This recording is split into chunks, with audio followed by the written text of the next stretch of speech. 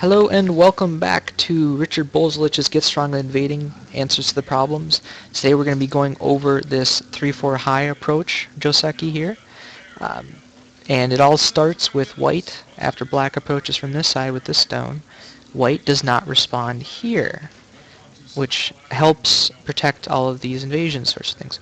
So, since white did not protect this, where is a good point for black to invade? And if you've seen my games, you should probably know where it is.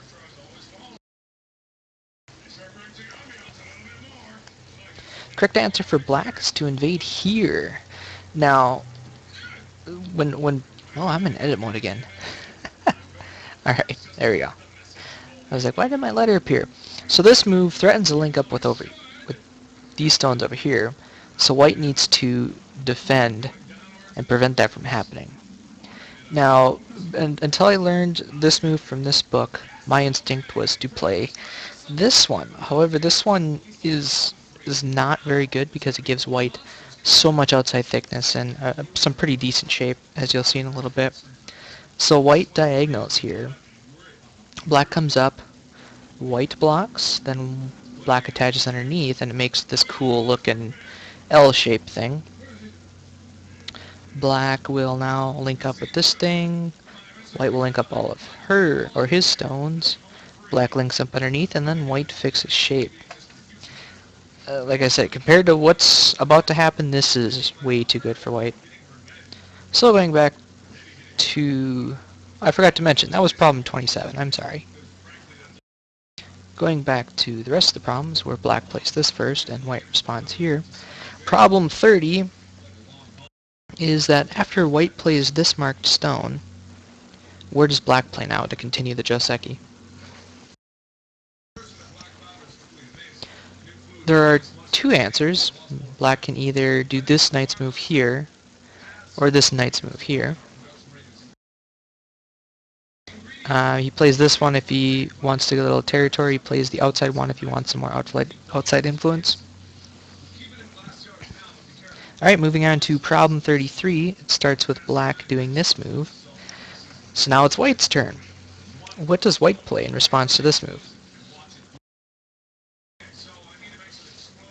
White plays this move here. Now black will butt up against it. White hanes. Black pushes, white connects. Black ataris, and then black... I'm trying to remember. Does this one. White will come and capture the stone, and black will link up stones. Now, later on, white can mess with this shape a little bit by aiming here. But, you know, this is the typical result after black comes on the outside. Instead of pushing here, if white instead does this, this is considered a failure for white. And you'll see why in a little bit. So in response to this, black comes here. White hanes on top, black comes underneath, white defends and fixes. And then when black does this, can y'all see the problem here? These four stones are looking pretty sickly. And these ones, they're better, but they're also not very good. Anyways, split in two groups, not good. Moving on to problem 36 here. Black comes down here. And again, it's white's move, so where does white play? White has a strange looking move, at least it was strange to me, of this shoulder hit knight's move thing. Now, alternatively, you might ask, well, what if white descends here instead? And it's similar to the result before, where white's now split in two. Now, this was actually in the first video when I mentioned the variations where it just kind of jumps around a whole lot. This is that very problem, and this is called white's failure. And I'll read it word for word like I did before, just so you can verify that. Preventing black from linking up with two fails. And that's this variation that I just went over here. Black plays 3 and 5, and white stones on both sides come under siege, which is what I mentioned. If white 2 at 3, that's this move. Then black 3 at A, which is this move. White 4 at 2, so he's making sure he can't be disconnected.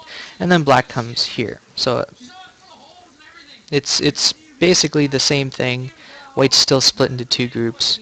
Um, White can cut here, but then again he's still separated from this stuff. But anyways, so that was the variation jumble that I was mentioning in the first video. Moving on to problem 39 is what black does after this one. And this type of move again is just way off my radar, but it's a Tsuji, so black's Tsuji is here.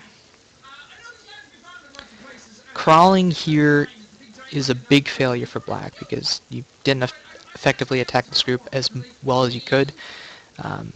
You can't save this stone now. Or actually maybe you can, hold on. You go there, white cuts it off. If you go here, maybe you can, but it's pretty sickly. Moving on to problem 42. Most of these problems are just alternating white and black. So what does white do now?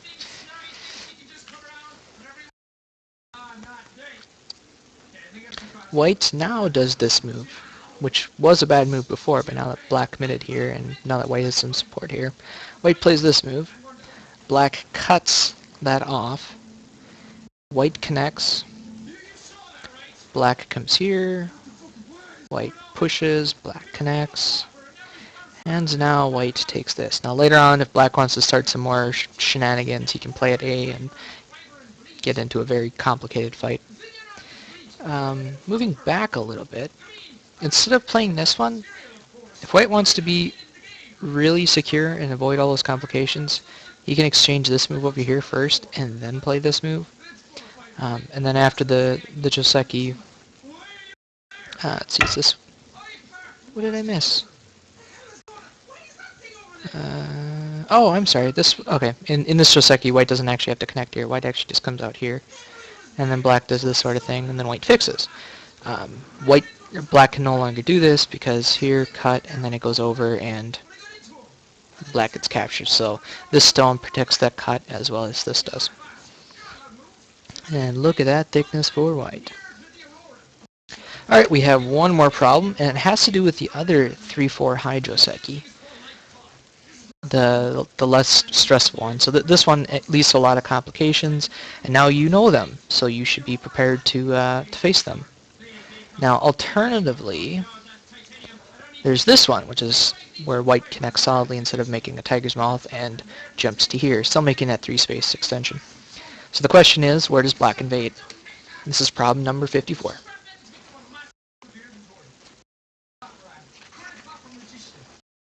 Similar to all the other 3-space invasions, this is kind of like a 3-space low invasion. Black invades here. White needs to cover here. If white does the diagonal, black will come down, and now white's shape is very thin, has a lot of cutting points. Now black can connect on either side with this square move, so if white takes one, he will simply jump to the other one and connect. It's Miyai, he can play either one. So the more correct answer is for white to cover on top, because white shape is a lot more solid looking like this than it was before with all these diagonals in this cut.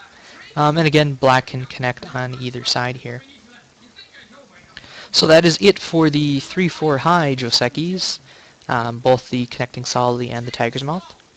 In the next video, we're going to be going over these 4-4 low approach, kicking and extending up and extending out for optimal extensions here.